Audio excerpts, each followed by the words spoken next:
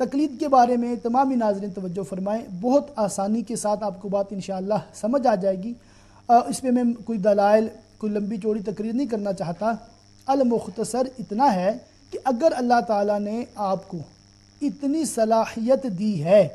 کہ آپ خود قرآن اور حدیث سے بغیر کسی کی مدد کے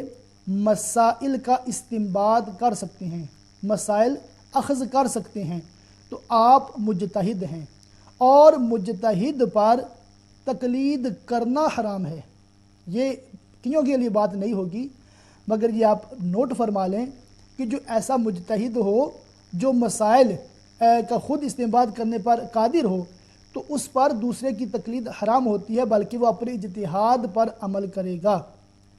اور جو غیر مجتہد ہے اس کو اپنی رائے زنی کی اجازت نہیں ہے، بلکہ اس کے لیے حکم یہ ہے کہ وہ اپنے سے بڑے عالم یعنی مجتہد کی پیروی کرے۔ یہ طریقہ کار صحابہ کرام علیہم رضوان میں بھی رائج تھا۔ اس کی ایک مثال یہ ہے کہ حضرت سیدنا عبداللہ بن عباس رضی اللہ تعالی عنہما، یہ قرآن پاک کے بہت بڑے عالم مفسر تھے، اور حتیٰ کہ عشرہ مبشرہ میں سے ایک صحابی حضرت سیدنا عبد الرحمن بن عوف رضی اللہ تعالی عنہ، وہ بھی آپ کے شاگرد ہیں۔ بعض مسائل میں وہ حضرت سیدنا عبداللہ بن عباس رضی اللہ تعالیٰ عنہما سے علم حاصل کیا کرتے تھے، اور باقاعدہ آپ کی مجلس میں حاضر ہو کر آپ سے مسائل پوچھا کرتے تھے۔ اور صحابہ کرام میں تمام صحابہ کرام اس معنی کر مجتہد نہیں تھے، بلکہ بعض مجتہد تھے اور باقی ان کی پیروی کرتے تھے، ان کو فالو کیا کرتے تھے۔ تو آپ صحابہ کرام علیہ رضوان کے دور کے بعد جو اہل سنت والجماعت مسلک کے حق ہے، اہل حق کا جو مسلک ہے،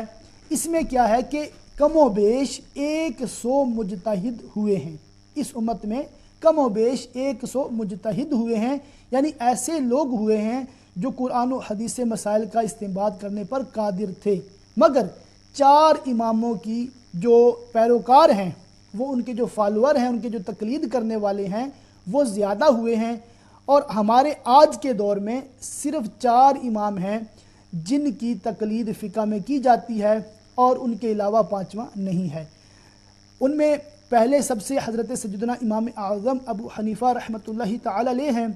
اور پھر حضرت سیدنا امام مالک رحمۃ اللہ تعالی علیہ ہیں، اور حضرت سیدنا امام شافعی رحمۃ اللہ تعالی علیہ ہیں، اور حضرت سیدنا امام احمد بن حنبل رحمۃ اللہ تعالی علیہ ہیں۔ یہ 4 امام ایسے ہیں کہ ان میں سے کسی بھی امام کی پیروی کی جائے، تقلید کی جائے، تو پھر ہم اسلام پر درست طریقے سے عمل کر سکتے ہیں۔ وجہ میں نے پہلے بیان کر دی کہ ہم میں اتنی صلاحیت نہیں ہے کہ ہم قرآن و حدیث سے ڈائریکٹ مسائل کا استنباط کر سکیں۔ ہاں، ہمارے اس دور میں بعض لوگ ایسے ہیں جو تقلید کو ہی حرام کہتے ہیں، تقلید کی ہی نفی کرتے ہیں، اور دعویٰ یہ ہے کہ ہم حدیث پر عمل کرتے ہیں، کسی امام کی تقلید نہیں کرتے۔ اب ان سے آپ بڑے ادب کے ساتھ بغیر بحث کیے صرف یہ سوال کر لیں کہ آپ حدیث پر عمل کرتے ہیں تو آپ نے حدیث کی کتنی کتابیں پڑھی ہوئی ہیں؟ جب یہ سوال کریں گے تو میں آپ کو گارنٹی دیتا ہوں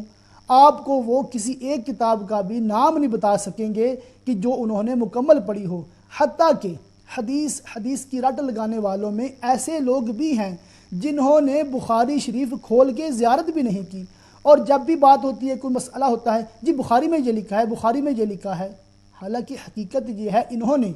چند اختلافی باتیں کچھ لوگوں سے سن لی ہیں، انہیں یاد کر لیا ہے، اور پھر بس وہی رٹی رٹائی باتیں لوگوں سے بحث لگاتے رہتے ہیں۔ تو ہم یہ کہتے ہیں کہ اگر آپ تقلید نہیں کرنا چاہتے اور تقلید آپ نہیں کرتے تو آپ پھر اتنا علم رکھیں کہ آپ قرآن و حدیث سے خود استنباط کر سکتے ہوں۔ تو اگر آپ کے پاس اتنا علم بھی نہیں ہے، اور علم کی حد یہ ہے کہ آپ نے بخاری شریف بھی پڑھی نہیں ہے مکمل، اور بخاری شریف بھی مکمل آپ کو نہیں آتی ہے، تو اس کی عربی عبارت کا ترجمہ تو کیا اردو میں بھی آپ نے نہیں پڑھی، تو پھر براہ کرم آپ دعویٰ اجتہاد مجتہد بننے کی کوشش نہ کریں، اور سر تسلیم خم کریں اور کسی مجتہد کو فالو کریں۔ میں کہتا ہوتا ہوں کہ ہم تو امام اعظم ابو حنیفہ رحمۃ اللہ علیہ کو فالو کرتے ہیں جو تابعی ہیں، صحابہ کرام سے علم حاصل کیا ہے، اور وہ شاگرد ہیں امام جعفر صادق رضی اللہ تعالیٰ عنہ کے۔ جی ہاں، وہ امام جعفر صادق رضی اللہ تعالیٰ عنہ کے ہونہار شاگرد ہیں، اور ان کی بارگاہ سے آپ نے علم کا فیضان حاصل کیا ہے اور اس علم کو آگے پھر آپ نے پھیلایا ہے۔ تو میں کہتا ہوں کہ ہم تو امام اعظم کو فالو کرتے ہیں، اور یہ لوگ جو تقلید نہیں کرتے یہ اپنی مسجد کے لوکل امام کو فالو کرتے ہیں، جو اسے سن لیتے ہیں ویسا ہی کرتے ہیں۔ تو اللہ تعالی ہمیں دین کی صحیح درست سمجھ عطا فرمائے، اور ہمیں اللہ تعالی ائمہ مجتہدین کی پیروی کرنے اور ان کے حلقہ عقیدت میں اللہ تعالی ہمیں رہنے کی توفیق عطا فرمائے۔